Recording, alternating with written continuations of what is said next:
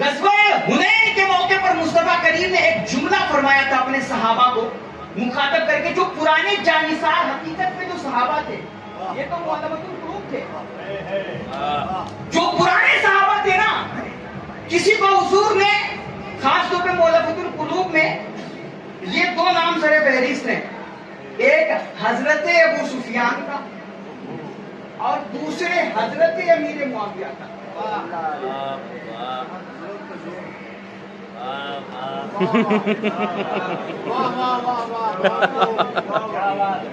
ان کو 100 اونٹ دیے تھے تو انہوں نے کہا میرا بیٹا بھی ہے، تو حضور نے کہا چلو 100 اونٹ اس کو بھی دے دو۔ صحابہ کرام مایوس ہوئے، یا رسول اللہ برسوں سے ماں کے ساتھ جنگیں لڑ رہے ہیں اور یہ لوگ ابھی ابھی آئے ہیں، 4 دن ہوا، جمعہ 8 دن، اور سارا ان کو دے دیے۔ تھوڑا مایوس ہوئے صحابہ کرام، تو مصطفیٰ کریم نے ان کی دلجوئی فرماتے ہوئے فرمایا اما ترضون ان یذهب الناس بالمال وتذهبوا الى رحالکم برسول اللہ۔ میرے صحابہ، کیا تم اس بات پہ خوش نہیں ہوگے کہ یہ لوگ اپنے گھروں کو دنیا لے کر کے جائیں اور تم اپنے گھروں میں اللہ کے رسول کو لے کر؟ غزوہ حنین کے موقع پر مصطفیٰ کریم کی زبان مبارک سے نکلی افواہ یہ جملہ مؤلفۃ القلوب کی تقدیر بن گیا۔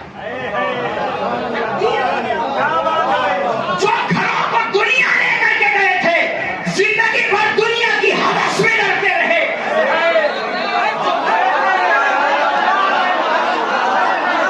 اقتدار کے لیے لڑتے رہے، دنیا کے لیے لڑتے رہے۔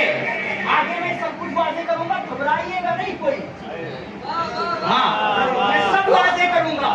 اور اگر کسی کو یہ لگے نا کہ یہ تاریخ سے پڑھ رہے ہیں مولانا اور تاریخ معتبر نہیں ہوتی ہے، میں تمہیں قرآن بھی سناؤں گا اور حدیث بھی سناؤں گا، میں تمہیں قرآن بھی سناؤں گا اور حدیث بھی سناؤں گا۔ بیٹا میں پھر کہتا ہوں، چھیڑنا اچھا نہیں تھا، چھیڑ کر کے تم نے اچھا نہیں کیا ہے۔ اور علامہ بلازوری رحمت اللہ تعالی علیہ، تو انہوں نے لکھا تھا کہ ان کا معاملہ ہی کوئی قابل ذکر ہستی نہیں تھی میرے بھائی، یہ کوئی قابل ذکر ہستی نہیں تھی۔ ان کی صحابیت کا احترام یہ تھا، چپ رہتے۔ کا کفافہ، اس طرح کا جملہ آیا، مجھے وہ لفظ یاد نہیں آ رہا، میں دکھاؤں آپ کو بتا دوں۔ وہ فرماتے نا ان کے لیے بہتر یہی تھا کہ ان کو ان کے حال پہ چھوڑ دیا جاتا، جو کیا سو کیا، سارا معاملہ اللہ کے حوالے، مگر تم نے ذکر کرنا شروع کر دیا اور ذکر اس کے مقابلے میں کیا، ذکر اس کے مقابلے میں کیا کہ جس کا ذکر عبادت ہے۔ تم نے سیاست معاویہ زندہ باد کا نعرہ لگا دیا۔ حضرت مجبور ہیں، ہم بہت مجبور ہیں یہ سب کہنے کے لیے، بہت مجبور ہیں۔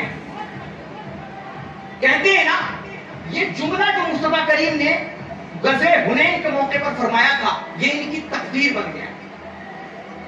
اور پھر جب تک یہ رہے، بس دنیا کے لیے یہ کشمکش کا جدوجہد کرتے رہے اور کوششیں کرتے رہے، لڑتے رہے۔ قصاص عثمان صرف ایک نکتہ تھا، یہ تو میں نے مولا علی قاری کا ایک قول پیش کیا، بہت سارے اقوال علامہ عینی ہیں، آپ کے محدثین دہلوی ہیں، شاہ عبدالحق محدث دہلوی، شاہ عبدالعزیز محدث دہلوی، یہ سارے بہت سارے علماء کی فہرست ہے ہمارے پاس، جنہوں نے کھلا لکھا ہے کہ یہ سراسر ان کی بغاوت تھی اور یہ باغی تھے۔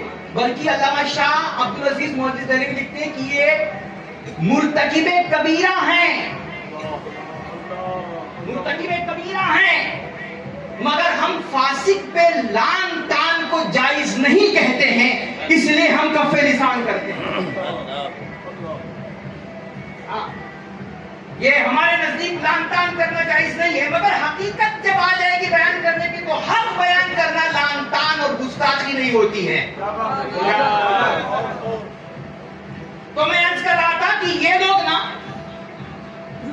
یہ ان کی حاصل کرنا مصطفیٰ کریم کا جملہ ان کے حق میں تقدیر بن گیا تھا. اب آپ کہہ سکتے ہیں کہ بھائی صحابہ کا جو ہے دنیا سے کیا کام ہے اور دنیا سے انہیں کیا لینا دینا ہے, تو بے نفس ہستیاں تھیں, ان کو دنیا سے کیا غرض. تو آؤ میں تمہیں نبی کی حدیث سنا دیتا ہوں. اللہ کے نبی فرماتے ہیں نا, سنیے میری طرف توجہ, آپ حضرات بات کر رہے ہیں, میری طرف توجہ رکھیے گا. اللہ کے نبی فرماتے ہیں انی واللہ ما اخاف علیکم ان تشرکوا بعدی ولکن اخاف علیکم الدنیا ان تنافسوا فیہا. میرے صحابہ, پہلے مخاطب صحابہ, میرے صحابہ مجھے قطعاً اس بات کا خوف نہیں ہے کہ تم میرے جانے کے بعد شرک میں مبتلا ہو جاؤ گے, مگر ہاں مجھ محمد کو یہ اندیشہ ہے, نگاہ نبوت دیکھ رہی ہے نا سب کچھ, مجھ محمد کو یہ اندیشہ ہے کہ تم دنیا کے مقابلے میں ایک دوسرے سے سب تک لے جانے کی کوشش کرو گے اور دنیا کے چکر میں تم لڑو گے. ایک دوسری روایت ہے جس میں فرمایا گیا ہے تقتلوا فتهلكوا كما هلك من كان قبلكم, کہ تم دنیا میں دنیا حاصل کرنے کے لیے ایک دوسرے سے قتال کرو گے, جنگ کرو گے, اور پھر تم ایسے ہی ہلاک ہو جاؤ گے جیسے پہلے کے لوگ ہلاک ہوئے. یہ حدیث بخاری شریف میں بھی ہے, مسلم شریف میں, اس کے علاوہ 6 مقامات پر یہ حدیث آئی ہے. اب یہ بتاؤ کیا یہ جملہ صرف جملہ رہ گیا حضور کا, کیا یہ فرمان صرف فرمان رہ گیا؟ یہ حدیثیں لکھنے کے بعد علامہ ابن حجر عسقلانی لکھتے ہیں وَأَنَّ أَصْحَابَهُ لَا يُشْرِكُونَ بَعْدَهُ كَمَا كَانَ كَذَلِكَ وَوَقَعَ مَا أَنذَرَ بِهِ مِنَ التَّنَافُسِ فِي الدُّنْيَا, کہ مصطفیٰ کریم صلی اللہ علیہ وسلم کے جانے کے بعد ان کے صحابہ شرک میں مبتلا نہیں ہوئے جیسا کہ حضور نے بتایا تھا, مگر دنیا میں جو دنیا کی لالچ میں اور دنیا میں سبقت کرنے کے متعلق جو حضور نے فرمایا تھا وہ واقع ہو کر کے رہا. یعنی صحابہ نے دنیا کے چکر میں جنگ کی, یہ حدیث کہہ رہی ہے. اب آپ بتائیے, یہ میں آپ پر چھوڑتا ہوں, اہل اسٹیج بالخصوص موین بھائی ہمارے اور قاری صاحب قبلہ کی جو ہے صحابہ کرام کی, یہ تو کنفرم ہے کہ صحابہ جنگ میں دنیا کی خاطر لڑے. اب اگر یہ ازلی ہستیوں کے مقابلے میں آنے والے لوگ نہیں ہیں تو پھر کیا وہ اولون سابقون ہیں دنیا کے لیے لڑنے والے؟ صحابہ میں کون لوگ ہیں جو دنیا کے لیے لڑ رہے تھے؟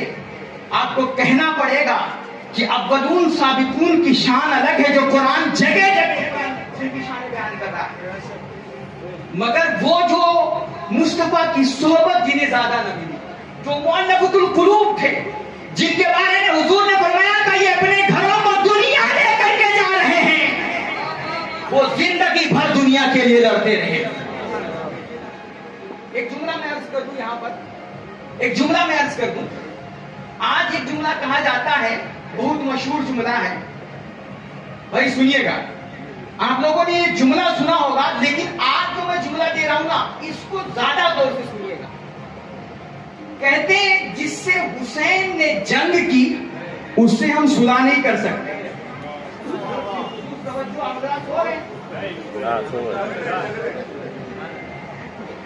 جس سے حسین نے صلح کی اس سے ہم, اگلا کیا بولتے ہیں, جس سے حسن نے صلح کر لی اس سے ہم جنگ نہیں کر سکتے. بڑا اسے سوچتے ہیں کہ میں نے بڑا تیر مار دیا اور اب بس ہم نے ساری سنیت کا کام کر دیا. جس سے حسین نے جنگ کی ہے اس سے ہم صلح نہیں کر سکتے, اور جس سے حسن نے صلح کی ہے اس سے ہم جنگ نہیں کر سکتے. میں نے کہا پھر یہ جملہ کہیے, بولے جس سے حسن نے صلح کی ہے اس سے ہم جنگ نہیں کر سکتے, جس سے حسین نے جنگ کی ہے اس سے ہم صلح نہیں کر سکتے. میں نے کہا واہ,